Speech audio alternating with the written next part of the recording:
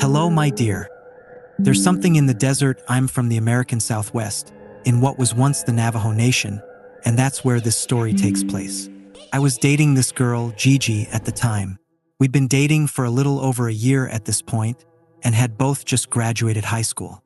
One weekend, Gigi's grandparents asked her to house sit while they were out of town. You see, they had a cat named Jake that her grandma absolutely adored, and they lived out in a secluded area 30 minutes from town, so it would be hard for someone to drive out there to check on him every day. It was an extremely rich neighborhood called Kayenta. Every home was a multi-million-dollar estate built on several acres of private property. So when Gigi asked if I wanted to stay over the weekend with her, I excitedly said yes. The first night her grandparents were gone, Gigi and I drove to the house, out in a gorgeous, fertile part of the Great Basin Desert. We followed the narrow road, weaving between dunes, until we came to the end of the pavement. From there, we drove another 10 minutes up a winding dirt road, and then we caught sight of the house. I was in awe. It was a beautiful adobe home, with Mexican ceramic tile floors and Navajo tapestries decorating the walls. The first thing I did was wander through all the rooms, of which there were many. The front door opened into the living room, a spacious room with high ceilings, a fireplace, and plenty of seating. Just to the left was the dining room, kitchen, and bar area. Through the living room was her grandma's library, a couple bathrooms, and the guest bedroom. And finally, across the hallway was the master suite, decked out with a bedroom, a bathroom, a shower room, a sauna, and a den leading to a private porch. The place was built like a maze. Every room forked into two more, with multiple ways to get to anywhere.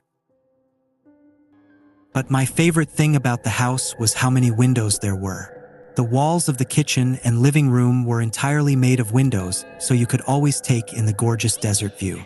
We found Jake curled up on a couch in the den of the master suite.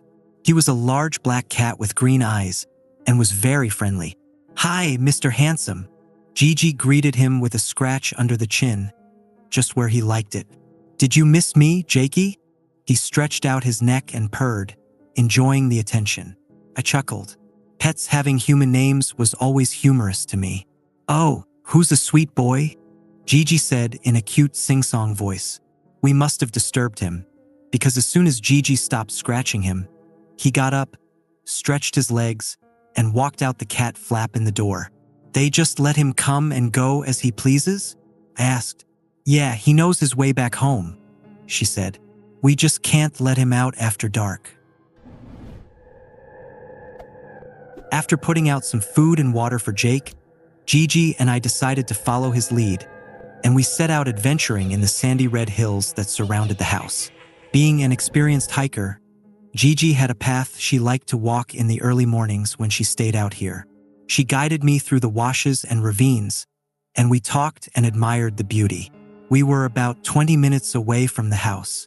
I didn't know whose property we were on, but we had surely crossed out of Gigi's grandparents by now. After a few more minutes of walking, once all the houses were out of sight, Gigi started climbing up a hill. "Up here," she said. "This will be perfect." The sun was just starting to set over the western mountains. If you've never been to the desert, let me tell you, the sunsets are the most beautiful I've ever seen. The sky turns into a painting palette. Red, orange, pink, purple, and blue, fading to black as you look east, with millions of bright stars speckling the void. It was breathtaking. "You see that valley over there?" Gigi asked. "Right at the slope of the mountain?" I nodded. "How many people do you think could fit in that valley? Like, if they stood shoulder to shoulder?" I thought about it for a second. "Probably like the whole country." "What?" she exclaimed. "You know that's like 350 million people, right?" "Yeah, but people are, what, 2 feet wide on average?" I reasoned, "and probably less than a foot deep. If everyone got crammed in, I think we could do it. Shit, we could maybe do all of North America." Gigi wasn't having any of it. "You had to retake algebra. There's no way I'm trusting your math. Algebra isn't real math. It's a puzzle with numbers, and I suck at puzzles." Gigi didn't respond, just kept staring off into the desert. After a moment, she said, "The whole country, huh? And this valley is only a fraction of the whole planet. There's so much out there I bet no one's ever seen. And been forgotten."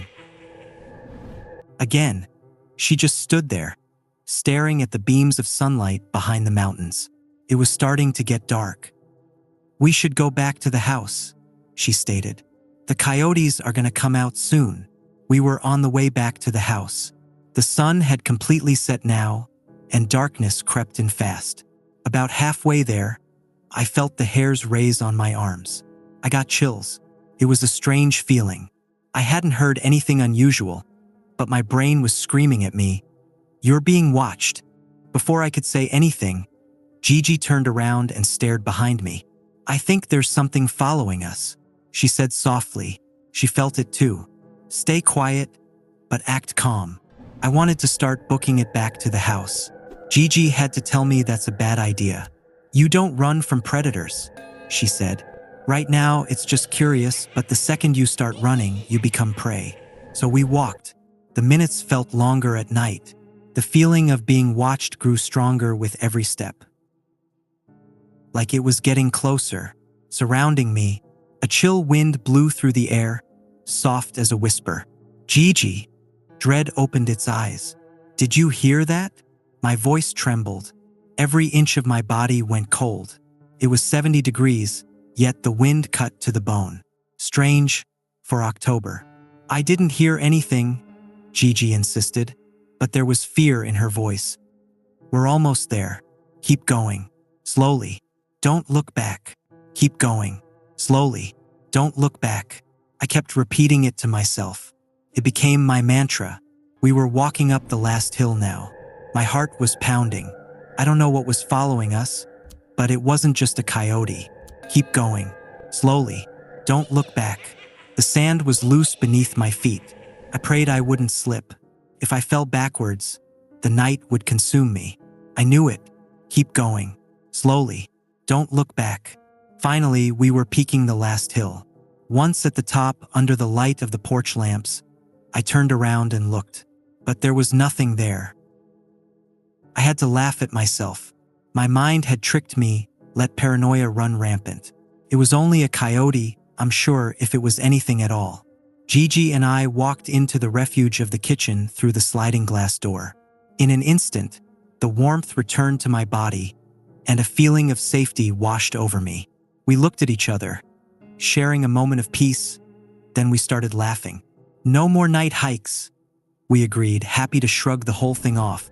While we stood there, laughing at each other, I couldn't help but admire how beautiful she was.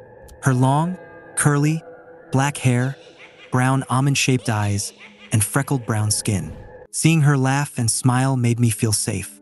Maybe it was the adrenaline still pumping, but she never looked more beautiful to me. "Want a drink?" she asked. That was exactly what I needed.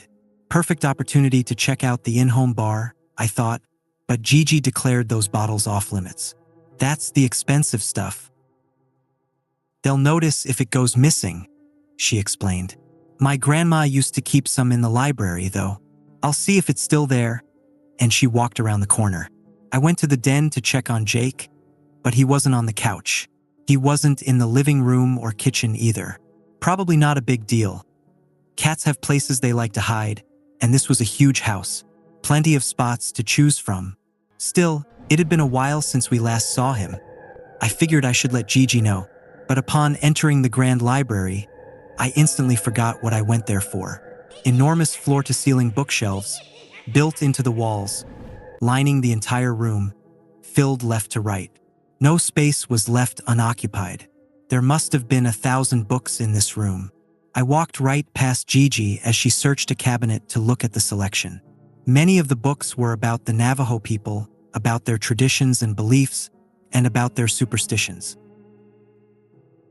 One in particular caught my eye, a book about Inaldlushiai, or skinwalkers, shapeshifters in Navajo folklore. Picked it up and opened it. Half the text was in another language, and what was in English was analyzing the parts one couldn't read.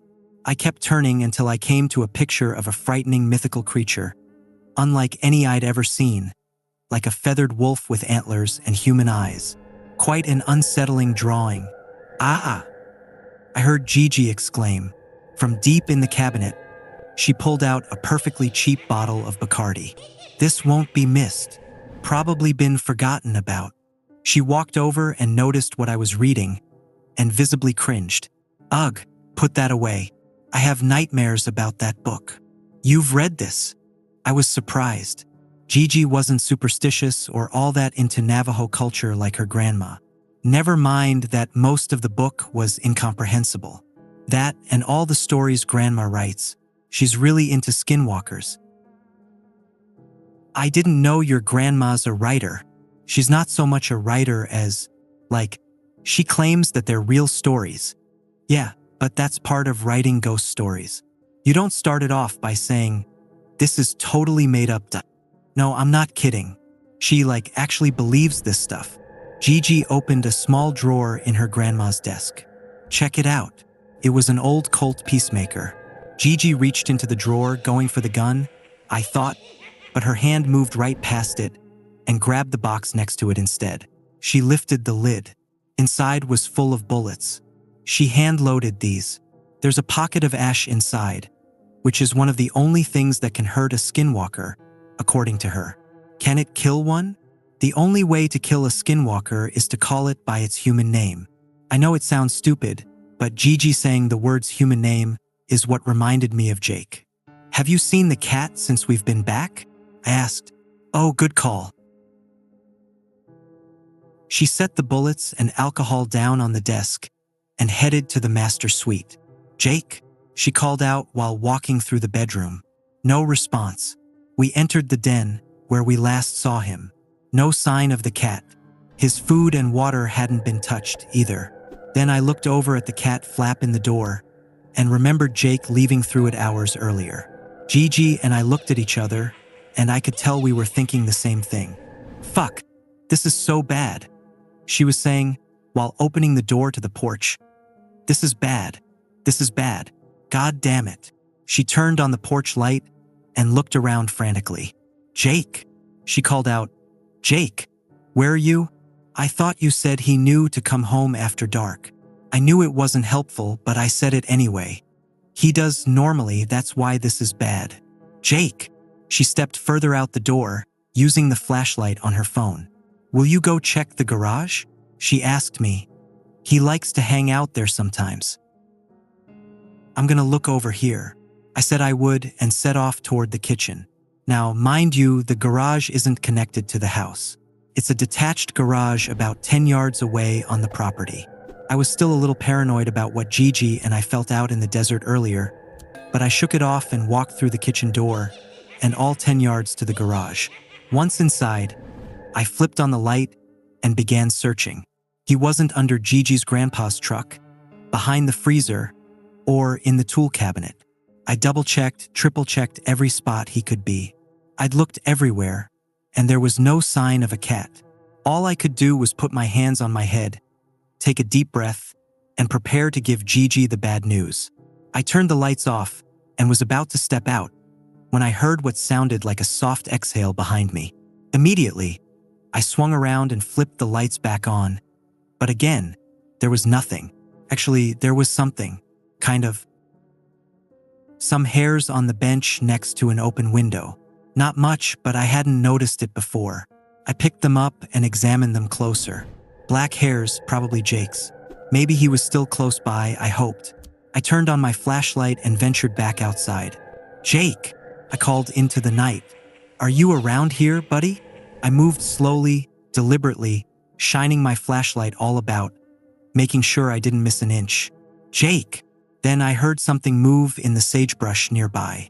Jake, I said in a friendly voice. Here, kitty, kitty. I had my light shining down on the bush, only about 10 feet away. I could see the branches twitching and something furry moving inside it. I was sure it was Jake, but the leaves and twigs were casting shadows. I couldn't see him clearly. Come here, boy. Then the animal emerged from the bush. What it was, I couldn't say, but it wasn't Jake. For a second, I thought it might be a coyote, but this animal was much too large.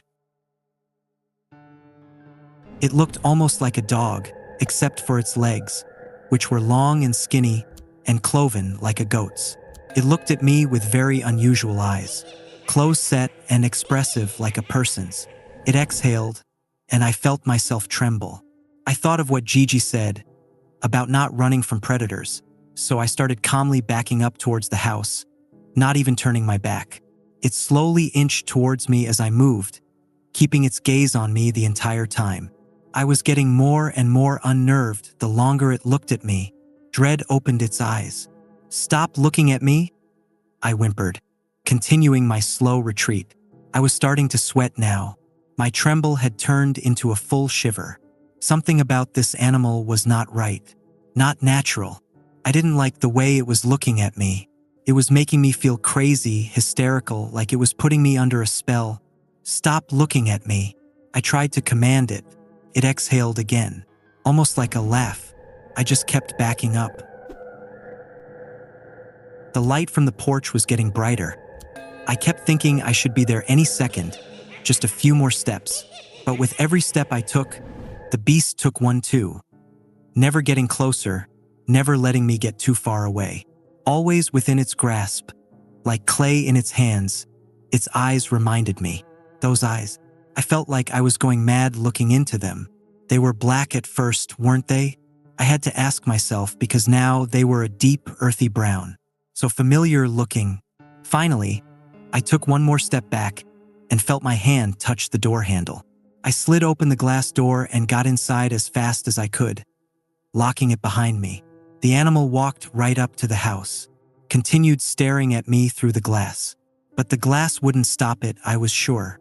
The way it looked at me, I knew nothing could stop this beast. It was determined, and it would have me. It would break through the walls and drag me out into the night, never to be seen again. It exhaled again and fogged up the window, then turned around and walked back into the darkness. As it left, I felt myself return to normal. Dread went to sleep.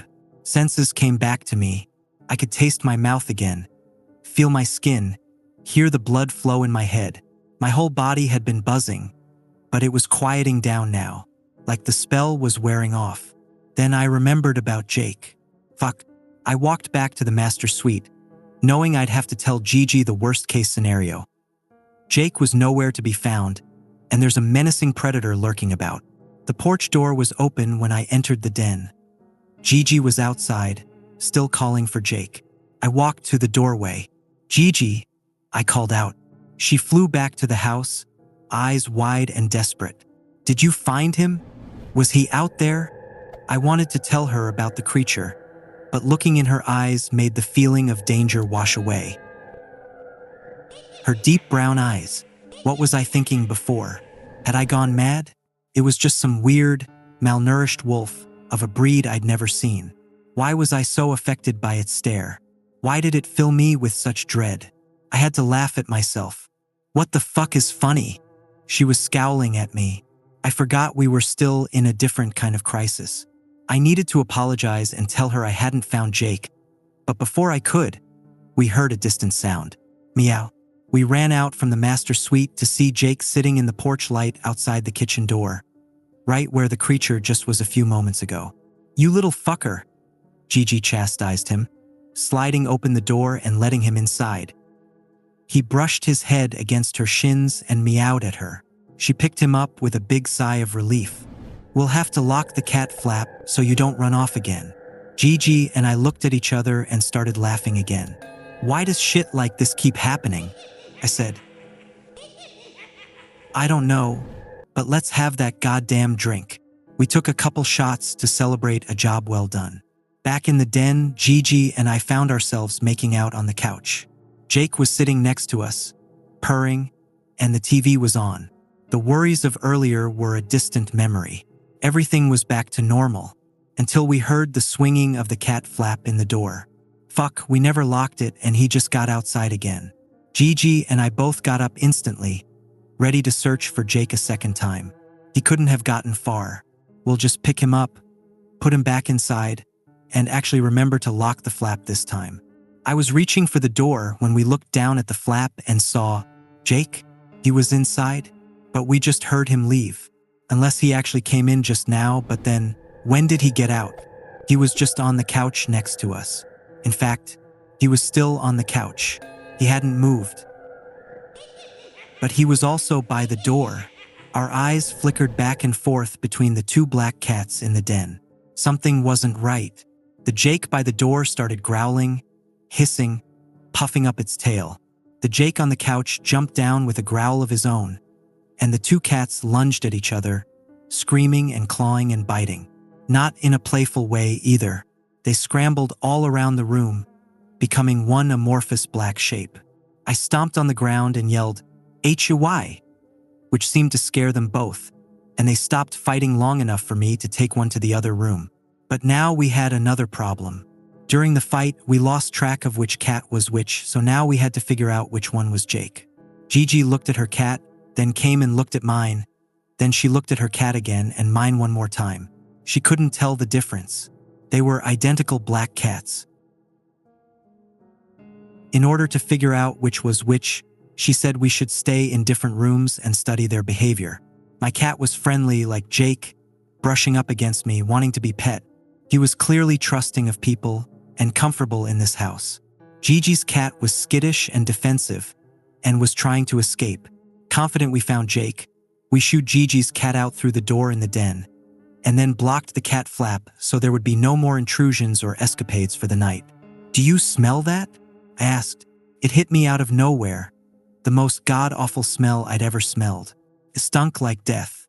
"What is that?" "I think it's from them fighting," Gigi said. "Cats release pheromones when they're in danger. This must be what it smells like. It's disgusting. Let's go to the living room." I couldn't stand to be in there any longer. It was evoking the same dread I felt when the animal was staring at me, and I wanted to leave that far behind. Thankfully, Gigi agreed, and we grabbed Jake and took him to the living room where we continued watching TV. It was getting late now. Gigi and I were still in the living room. That feeling of being watched was creeping back. I tried to focus on watching TV, but it was hard to ignore. Out here in the living room, the walls are made entirely of windows, but at night, when it's dark out, the windows turn into mirrors. You can't see out, but whatever is out can see in. Dread opened its eyes. The animal was back. I could feel it. It was standing right outside, staring at me. I knew it was. The feeling was unmistakable. I couldn't see it, but it was right there, just on the other side of the glass. So close that the window would fog up if it exhaled again. Something moved next to me. I flinched, but it was only Gigi getting up. "What happened?" She laughed at me. "I'm just feeling uneasy." "Do your grandparents not have curtains?" I asked. She shook her head. "You have that feeling again?" I nodded. "Well, I'm gonna go take a shower. Maybe go in the guest room and sit on your phone while I'm gone." It was a good idea. There was only one window in there and it had a curtain. So as Gigi went to the master suite to shower, I went the opposite way. I never got to the guest room though, as on the way there I walked past the library. The Peacemaker was still out on the desk, next to the Ye Nald Lushai book. Something compelled me, so I opened the book back up to the unsettling picture I saw earlier. I felt a cold breeze, like dread breathing down my neck. I turned the page. The English contents talked about the abilities of the Skinwalker. They are tricksters, cunning, and manipulative. Not only are they shapeshifters, but witches also and immortal, thrice cursed. Their magic can bewitch the heart, sending their prey into a state of hopeless dread or a false sense of safety. Like a siren's song, the water to the shower turned on, but then right after, Gigi walked out of the room. "Hey, will you do me a huge favor?" she asked. "Will you get me a towel?" I set the book down on the desk. "Where are they?" "In the den." "What? That's right next to you. Just get one. Please? It smells so gross. I don't want to go in there." I stood my ground.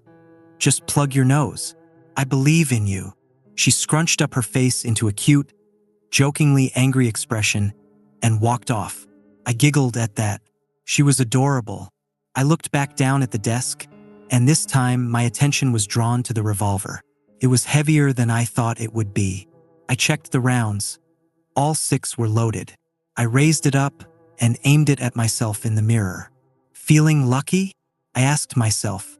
Then I heard Gigi call out from the shower. "Hey!" "What's up?" I shouted back. In a sultry voice, she said, "Come join me."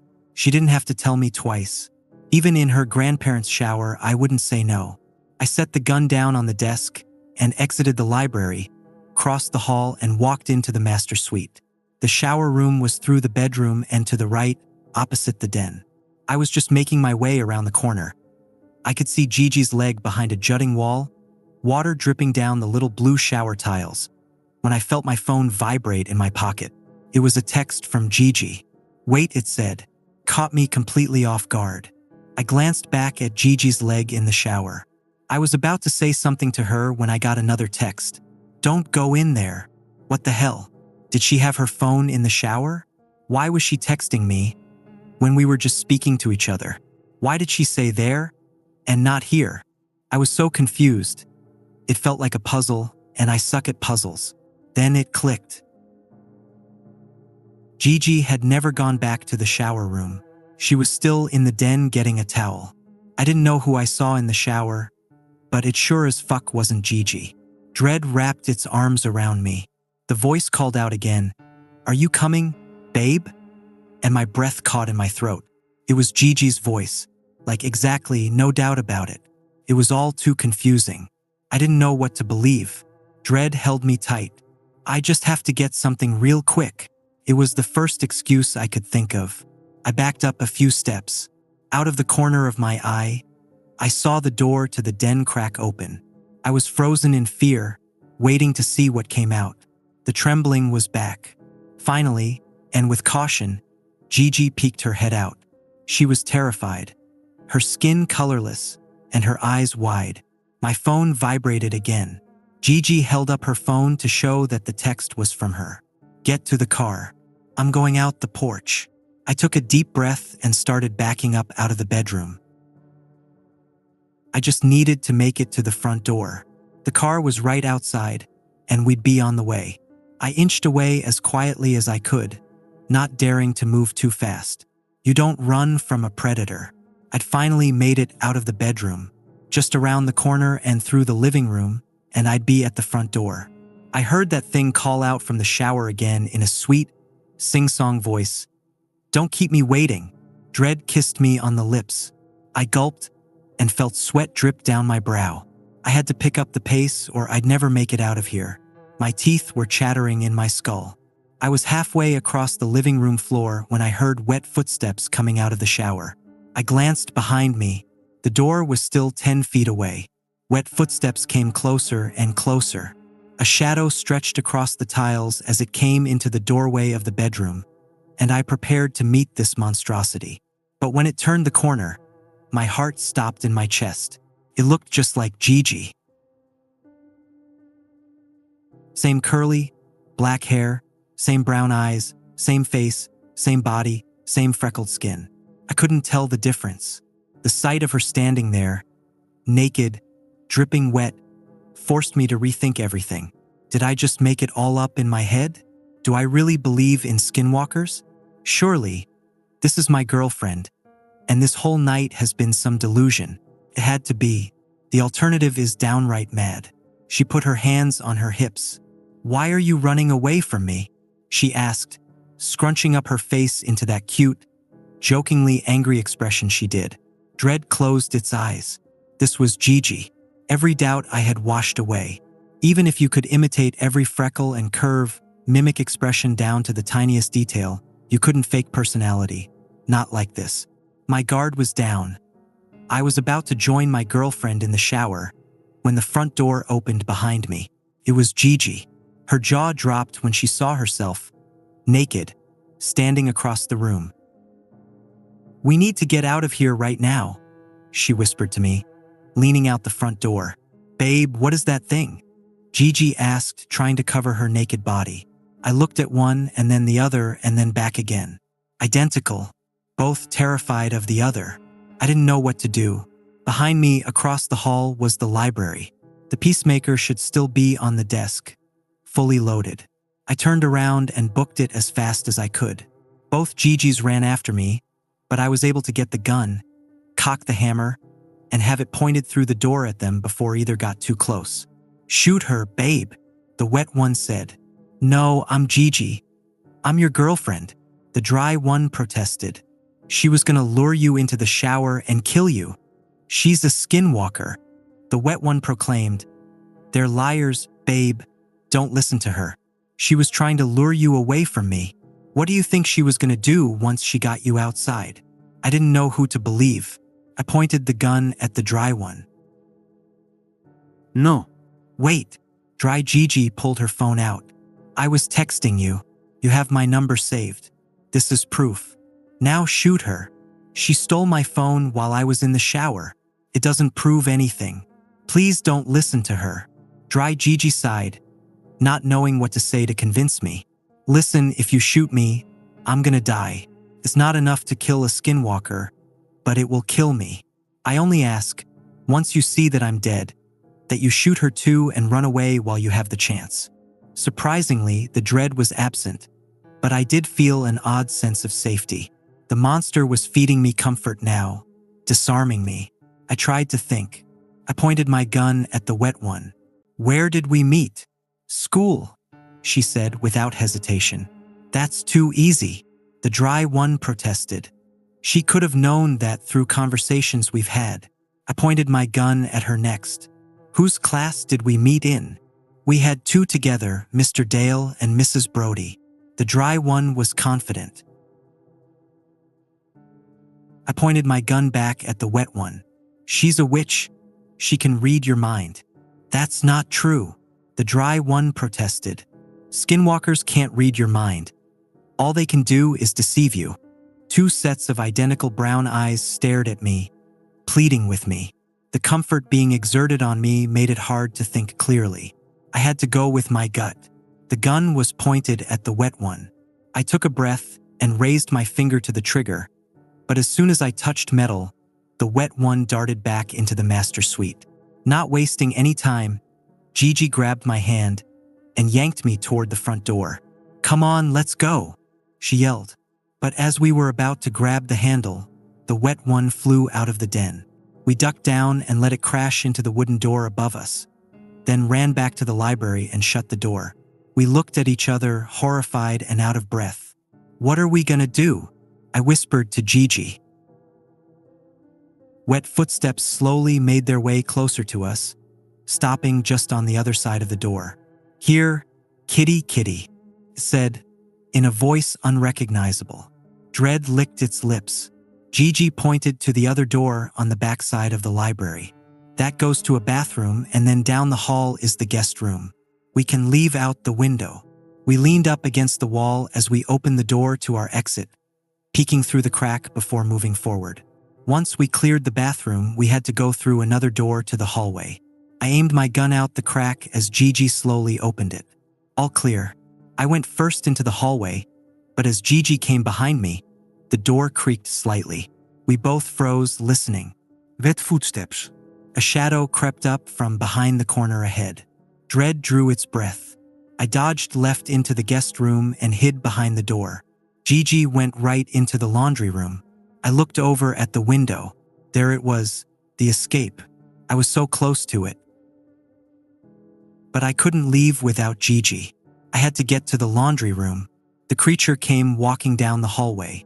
My gun was pointed at the door, as steady as a trembling hand could aim. 1 step, 2 steps, 3 steps came down the hallway, but never seemed to pass. Dread bared its fangs. With each step, my chest beat harder and harder. I put a hand over my mouth to quiet my breathing. Finally, the footsteps passed me by, walking down the hall toward the library. Once it was several paces away, I silently peeked out the door. The creature didn't look like Gigi anymore. It had lighter hair and shorter and pale skin. With its back to me, I quietly shuffled across the hall into the laundry room. It didn't seem to hear me. The lights were off in the laundry room. I had to use my phone to look around. There was no sign of Gigi. Where had she gone? There must be another way out of here. I looked in the closet, and sure enough, there was a door leading to the living room. I was collecting my nerves, gearing up to follow her out the door, when I heard another voice. Familiar, but not Gigi's this time. It took me a second, but then I realized it was my voice, coming from a different room. Gigi. It spoke in a loud whisper, a perfect imitation. I saw it go into the guest room. Let's make a break for the car. Dread sunk its teeth in me. Footsteps came from the master suite. It was Gigi. I bolted out into the living room to stop her, but the monster was already there, dressed as me, waiting in the trap. As Gigi came around the corner, I aimed my gun at the other me. "Stop!" I cried out. The creature turned to face me, smiling, taunting. I was looking into my own eyes. It had my face, my body, my expression down to the tiniest detail. Dread opened its mouth wide. Was I still me? Could I be, if something else was too? If no one could tell the difference, if I couldn't tell the difference, was I ever really me? The monster cried out in my voice, "Stop looking at me." Dread swallowed me whole. I was paralyzed. My vision narrowed until all I saw was black. I fell back to the floor, dropping the gun. I couldn't even crawl away as it walked up to me. Only, as it approached me, it became Gigi again. A light glowed behind her. She was the only thing I could see. She leaned over and stretched out her hand. "I'm offering you peace," she told me. "Won't you take it?" Her smile pierced through me. And just like that, the dread washed away again, and serenity took its place. Something in me changed. I finally understood. If I was going to die, I should feel at peace about it. The creature was offering me comfort. There's bliss in accepting the lie. "Yes," she assured me. "Don't fight anymore. You can rest now." I let her take my hand. She lifted me up off the floor and looked at me. Those eyes, her brown eyes, they welcomed me. I felt myself on the brink of passing over to somewhere else. The feeling of bliss was overwhelming, all-encompassing. But creeping up behind it, I felt an itch, a strong itch, strong and deep, down to the bone. Then I heard the loudest sound I've ever heard in my life. When my vision returned, Gigi was on the floor, screaming and writhing. There was a hole in her chest already rotting. Confused, ears ringing, I frantically looked around to see what happened. Standing by the front door was Gigi, trembling, white knuckles gripped around the peacemaker, a thin flume of smoke billowing from the barrel. The creature struggled in agony on the floor. Its skin turned to feathers, then to wool, then to fur. It stumbled to its feet, walking on all four paws that suddenly became hooves. Each time it turned into something recognizable, it changed again, almost shimmering. Antlers started to crown its head. In one last cry of pain, it broke through the glass of the kitchen door and ran off into the darkness. I thought I would feel relief, but as the creature disappeared, so did the peaceful serenity. It left me feeling hollow, save for the itch. Gigi looked at me and started crying. Couldn't cry. I had felt so much, so intensely. To be free of it now felt like its own death. I couldn't feel relief, or joy, or fear, or pain. Just an itch. Am I dead? I managed to ask. Gigi shook her head, sobbing.